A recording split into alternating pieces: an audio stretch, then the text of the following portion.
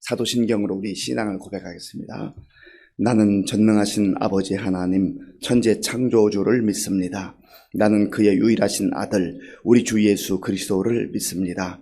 그는 성령으로 잉태되어 동정녀 마리아에게서 나시고 본디오 빌라도에게 고난을 받아 십자가에 못 박혀 죽으시고 장사된 지 사흘 만에 죽은 자 가운데서 다시 살아나셨으며 하늘에 오르시어 전능하신 아버지 하나님 우편에 앉아 계시다가 거기로부터 살아있는 자와 죽은 자를 심판하러 오십니다. 나는 성령을 믿으며 거룩한 공교회와 성도의 교제와 죄를 용서받는 것과 몸의 부활과 영생을 믿습니다. 아멘. 하나님께서 오늘 우리에게 주시는 말씀은 에스겔 5장입니다. 구약 성경 1154쪽 에스겔 5장 말씀을 교독하겠습니다. 너 인자야, 너는 날카로운 칼을 가져다가 삭도로 삼아 네 머리털과 수염을 깎아서 저울로 달아 나누어 두라. 그 성읍을 애워싸는 날이 차거든 너는 터럭 3분의 1은 성읍 안에서 불사르고 3분의 1은 성읍 사방에서 칼로 치고 또 3분의 1은 바람에 흩으라. 내가 그 뒤를 따라 칼을 빼리라. 너는 터럭 중에서 조금을 네 옷자락에 싸고 또 그 가운데에서 얼마를 불에 던져 사르라. 그 속에서 불이 이스라엘 온 족속에게로 나오리라. 주 여호와께서 이와 같이 이르시되 이것이 곧 예루살렘이라. 내가 그를 이방인 가운데에 두어 나라들이 둘러 있게 하였거늘 그가 내 규례를 거슬러서 이방인보다 악을 더 행하며 내 율례에도 그리함이 그를 둘러 있는 나라들보다 더하니 이는 그들이 내 규례를 버리고 내 율례를 행하지 아니하였음이니라. 그러므로 나 주 여호와가 말하노라. 너희 요란함이 너희를 둘러싸고 있는 이방인보다 더하여 내 율례를 행하지 아니하며 내 규례를 지키지 아니하고 너희를 둘러 있는 이방인들의 규례대로도 행하지 아니하였느니라. 그러므로 나 주 여호와가 말하노라. 나 곧 내가 너를 치며 이방인의 목전에서 너에게 벌을 내리되 내 모든 가증한 일로 말미암아 내가 전무후무하게 네게 내릴지라. 그리한즉 네 가운데에서 아버지가 아들을 잡아먹고 아들이 그 아버지를 잡아먹으리라. 내가 벌을 네게 내리고 너희 중에 남은 자를 다 사방에 흩으리라.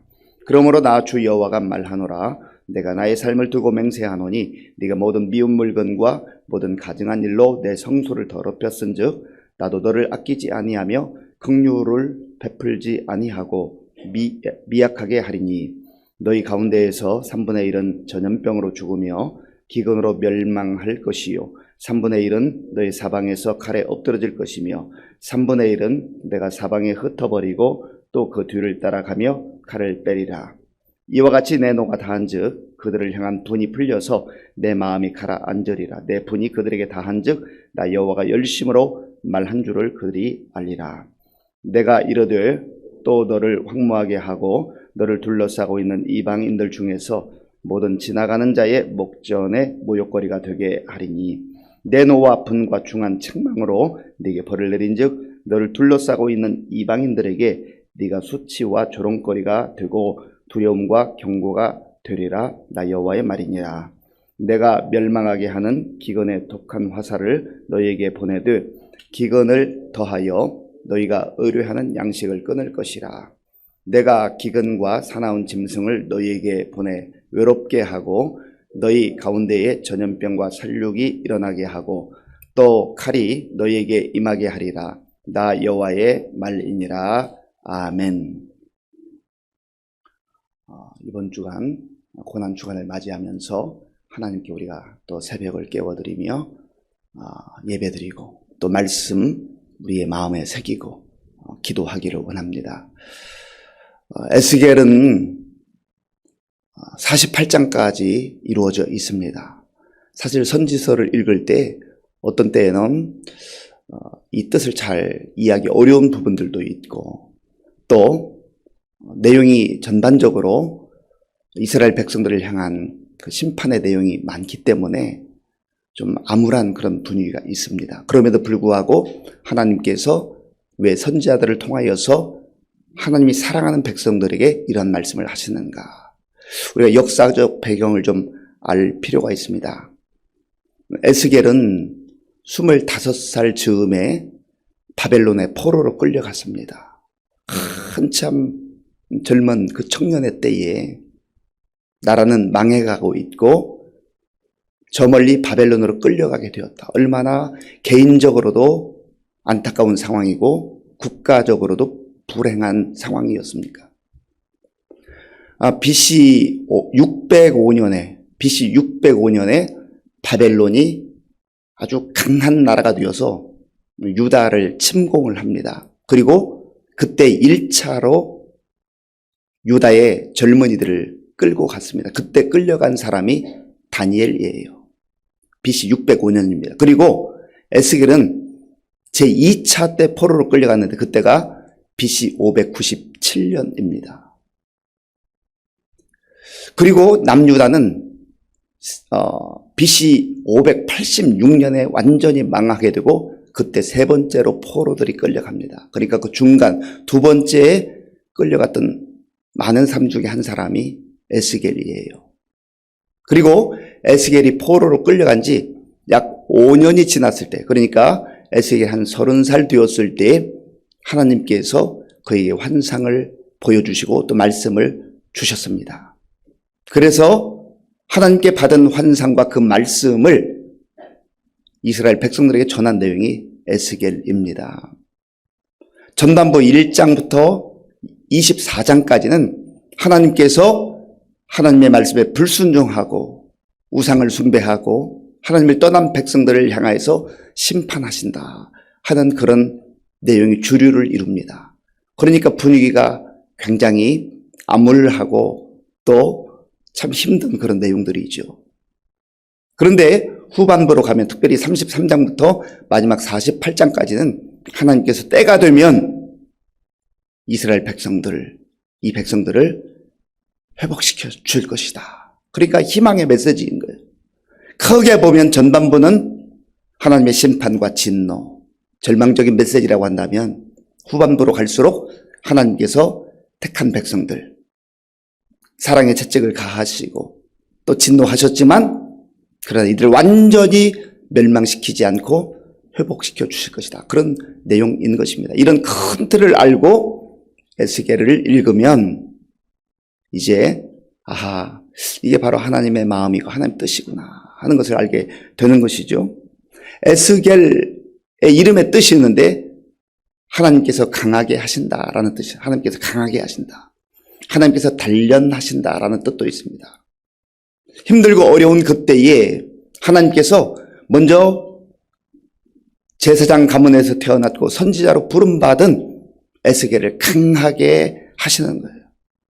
하나님의 사람이 지도자가 선지자가 약해져서 절망하면 안 되잖아요.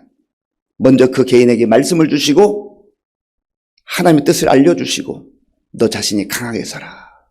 지도자는 강해야 합니다. 마음이 강해야 하는 거죠. 마음이 담대해야 하는 거죠. 공동체는 크고 작은 공동체가 있습니다. 먼저 우리가 가정에서 또 부모가 됐다는 것은 가정의 지도자 아닙니까? 작은 공동체지만 기초 공동체예요. 가정이 무너지면 사회가 흔들리고 사회가 무너지는 겁니다. 그래서 가정이 든든히 세워지기 위해서는 먼저 부모된 입장에서 아버지, 어머니가 영적으로 강해져야 하는 거죠. 그리고 시련과 역경이 다가온다 할지라도 하나님 말씀 붙들고 흔들려서는 안 되는 것이죠. 그래야 가정이 때로는 시련도 역경도 겪을 수 있지만 무너지지 않고 하나님의 말씀 붙들고 견고하게 서서 또 시련과 역경을 이기고 나아가는 겁니다. 하나님께서 이스라엘 백성들이 지금은 힘들고 어려운 상황 속에 있지만 그리고 하나님께서 주시는 심판과 진노의 그 말씀을 들어야 하지만 지도자가 바로 서서 깨어서 하나님의 뜻을 먼저 깨닫고 그 말씀을 가감없이 이스라엘 백성들에게 전해주는 것이 영적 지도자의 사명이라는 거죠. 하나님께서 지금은 심판의 때요 진노의 때라고 말씀하심에도 불구하고 그저 무조건 잘 될 거야, 잘 될 거야. 공허한 희망의 메시지를 전하는 것도 그건 거짓인 것이죠. 자, 오늘 본문을 통해서 하나님께서 에스겔에게 주신 이 말씀을 함께 나누기를 원합니다. 자, 본문 1절 말씀, 2절 말씀. 1절과 2절 함께 읽겠습니다.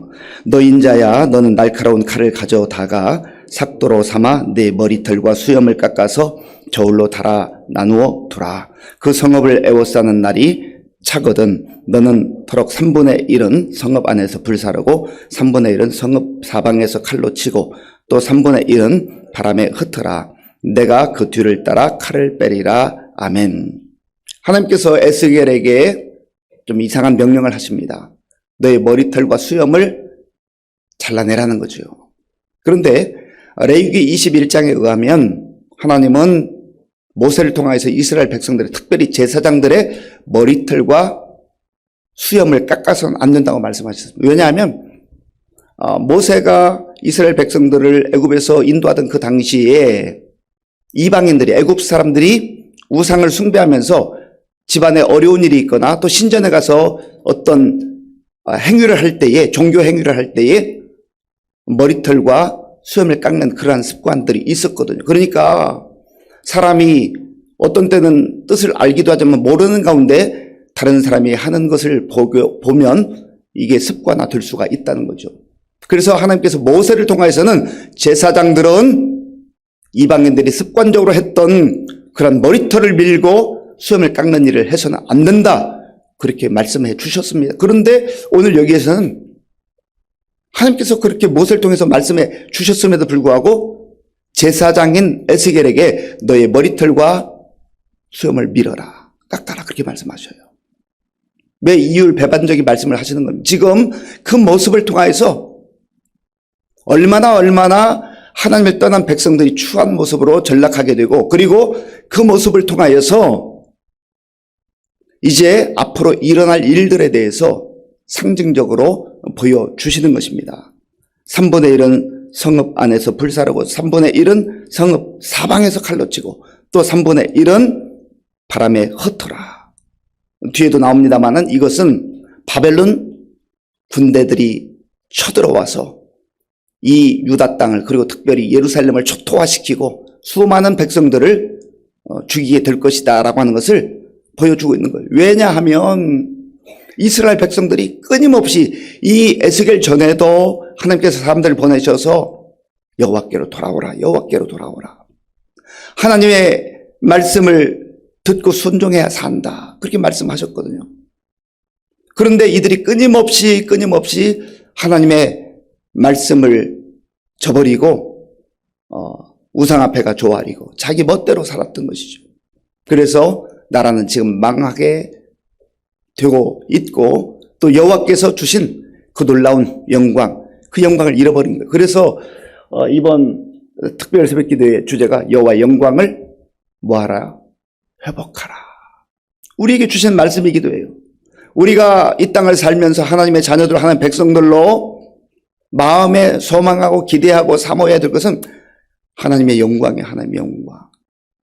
우리의 삶을 통해서 하나님께 영광 돌리지만 하나님과 친밀하고 하나님 앞에 살아갈 때에 여호와 하나님께서 우리에게 주시는 영광이 있어요.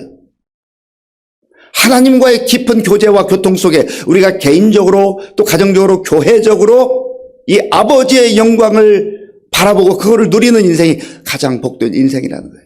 가장 비참한 인생은 환경이 힘들거나 어려운 그런 것이 비참한 인생이 아니에요. 여호와의 영광이 무엇인지도 모르고 사는 사람들, 여호와의 영광을 잃어버렸음에도 불구하고 안타까움이 없는 인생들, 여호와의 영광을 누리지 못하고 사는 인생들, 그런 인생들이 가장 불행한 인생이라는 것이죠.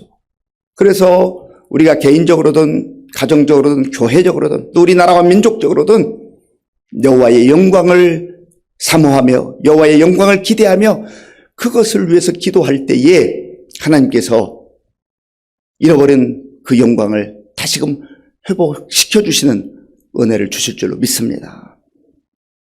그러면 왜 하나님께서 이 에스겔에게 그런 이상한 행동을 하게 하시는가? 자, 본문 5절 6절을 제가 읽겠습니다. 주 여호와께서 이와 같이 이르시되 이것이 곧 예루살렘이라.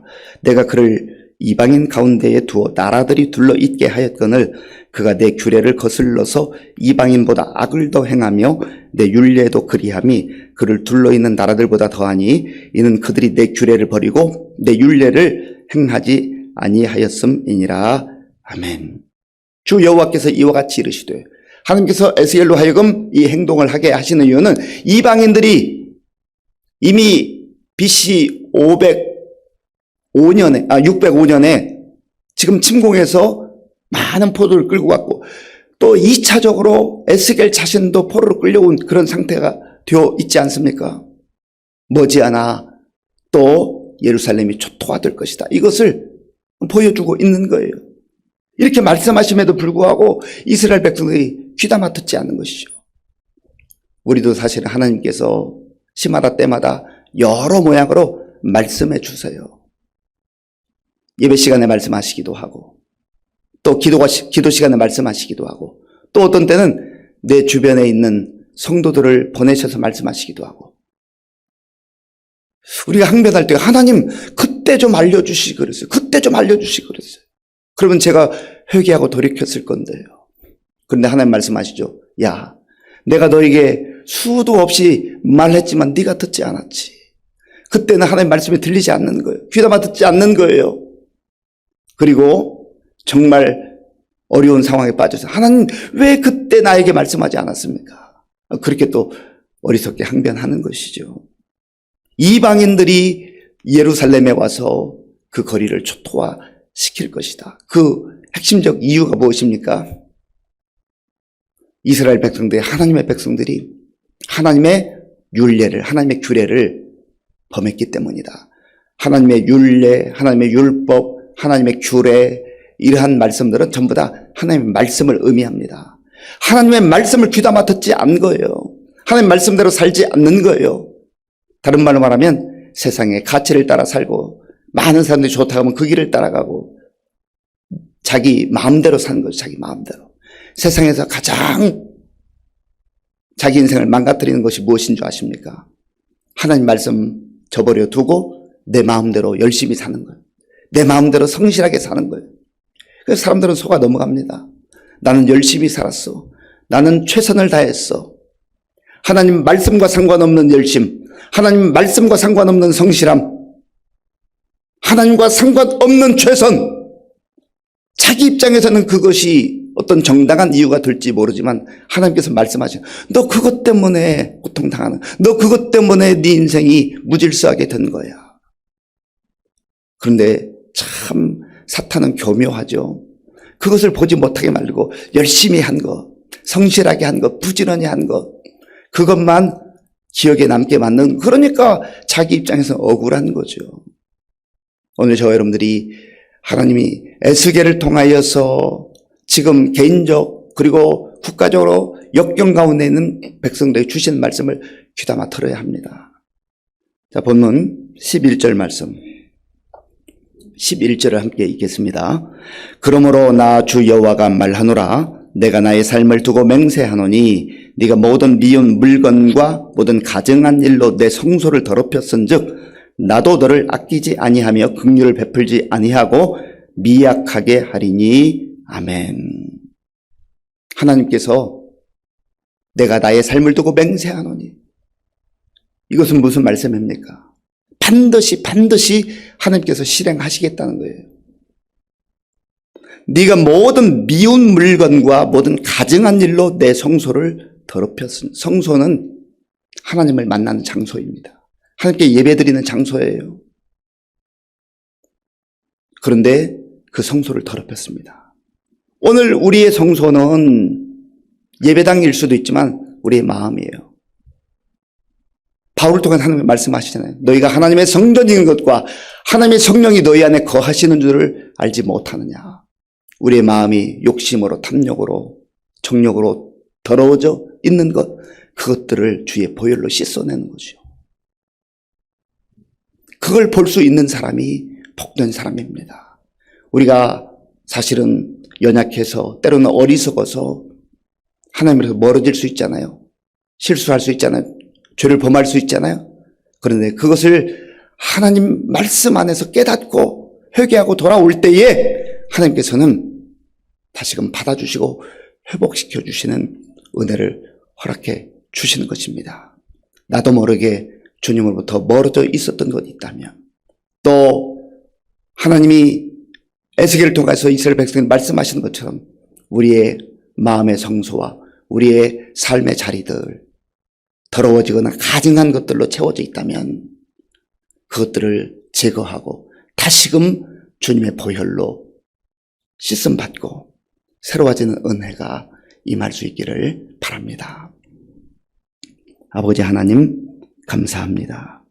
하나님께서 에스겔을 통해 당시 이스라엘 백성들에게 들려주신 말씀, 또 오늘 우리에게 주시는 말씀을 마음에 깊이 새기게 하시고 하나님의 자녀답게, 하나님의 백성답게 거룩한 백성으로, 거룩한 삶으로 새로워지게 하여 주시옵소서.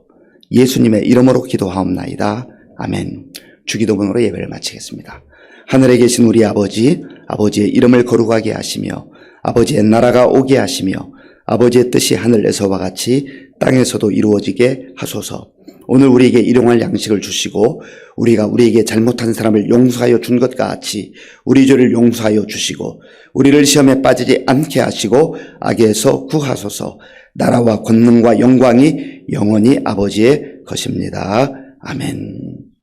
오늘 우리에게 주신 말씀을 생각하면서 기도할 때 하나님께서는 우리를 사랑하시고 우리에게 은혜를 베풀어 주시길 원하시고 늘 우리의 삶이 정말 하나님의 영광 가운데 살아가기 원하지만 우리가 주님으로부터 멀어졌고 주의 말씀 가운데 순종하지 못했고 또 하나님을 만나는 거룩한 장소, 우리의 마음을 가증한 것들로 더럽혔습니다. 주여 불쌍히 여겨 주시고 우리가 다시금 주의 말씀을 귀담아 듣고 순종하게 하시고 멀어져 있었다면 돌아오게 하시고 더러워진 것 주의 보혈로 씻게 하여 주옵소서. 기도하시고요. 나라와 민족을 위해서 그리고 이 땅의 지도자들이 하나님 앞에 겸손한 지도자들로 무릎 꿇고 하나님의 지혜를 구하여 달 기도하시고 우리 교회와 성도님들 기도할 때 많은 어르신들 영육간의 믿음으로 재무장하고 소망 가운데 살아갈 수 있도록 우리 환우들이 있습니다. 환우들 위해서도 기도해 주시고 우리 다음 세대 위해서 기도해 주시기 바랍니다. 군복무교 청년들 그리고 지금도 세계 곳곳에 나가 복음 증가하는 선교사님들 위해 기도해 주시고 이번 한 주간 고난주간 특별 새벽기도는 우리가 많은 은혜 받게 하시고 또 특별히 부활절 새생명 축제 가운데 우리가 정말 새로운 사람들 초청해서 함께 부활의 기쁨과 영광을 누릴 수 있도록 같이 기도하겠습니다. 아버지 하나님 감사합니다. 하나님께서 은혜를 베풀어 주셔서 이번 한 주간 고난주간을 보내면서 특별 새벽기도로 하나님께 영광 돌릴 수 있도록 인도하여 주셔서 감사합니다. 아버지 하나님께서는 우리를 하나님의 자녀 삼아 주시고 하나님의 영광 가운데 살기를 원하시고 그러나 에스겔을 통해서 주신 말씀 이스라엘 백성들이 하나님 말씀을 불순종하고 우상을 아버지 하나님 숭배하는 어리석음을 보였습니다. 하나님 그리하여서 하나님께 그대로는 사랑의 직책을 가하기도 하시고 그들에게 하나님의 선자를 보내서 말씀하기도 하지만 그들은 여전히 하나님 말씀에 귀결합니다. 아버지 자기 뜻을 따라 세상의 가치를 따라 살았던 어리석음을 보았습니다. 하나님 아버지여 오늘 이 말씀을 통하여서 우리 자신의 모습을 보기를 원합니다. 하나님 아버지여 우리 신앙의 그 모습을 보기를 원합니다. 하나님 불쌍히 여겨주시고 정말 우리의 마음속에 더럽고 가증한 것들 아버지 내버리게 하시고 십자가에 못 박게 하시고 주님의 보혈로 깨끗하게 씻음받고 새로워지는 은혜가 있게 하여 주시고 하나님 아버지 그리하여서 다시금 우리가 여호와의 영광을 사모하게 하시고 아버지의 그 은혜를 사모하게 하시고 은혜 가운데 담대하게 살아가는 우리 성도를 받을 수 있도록 인도하여 주시옵소서. 아버지 특별히 주의 말씀을 사모하는 마음을 갖게 주시옵소서. 아버지 세상 것을 추구하게 하시고 세상의 것들을 아버지 쫓아가지 않게 하시고 하나님의 말씀을 귀담아 듣게 하시고 하나님 말씀에 순종하며 살아갈 수 있고 아버지 말씀에 순종하며 살아가는 하나님 아버지, 우리가 이제는 더 이상 세상의 허망한 가치들을 따라 살지 않도록 인도하여 주시기 원합니다. 하나님 아버지, 우리가 죄 가운데 허망한 것 가운데 아버지 사는 것을 하나님 긍휼히 여겨주셔서 우리 주님 보내주셔서 십자가를 지게 하시고 아버지 하나님 그 주님의 은혜 가운데에 이제는 거룩한 백성으로 신가는 백성으로 되게 하나님 주의 은혜를 다시금 주의 은혜를 구하게 하시고 하나님 아버지 하나님의 자녀로 그한 믿음의 영들로 주시고 주님 도와주시고 인도하여 주시옵소서. 아버지 하나님이 우리께 인도하시고 또한 우리 가족 우리 교회가 바로 하나님 아버지가 세워지게 하시고 또한 우리나라 그래서 주님 도와주시옵소서. 아버지 우리의 교만을 인정하시고 우리의 영적 무지를 인정하시고 하나님 다시금 묻고 은혜를 구하며 주의 영광을 사모하며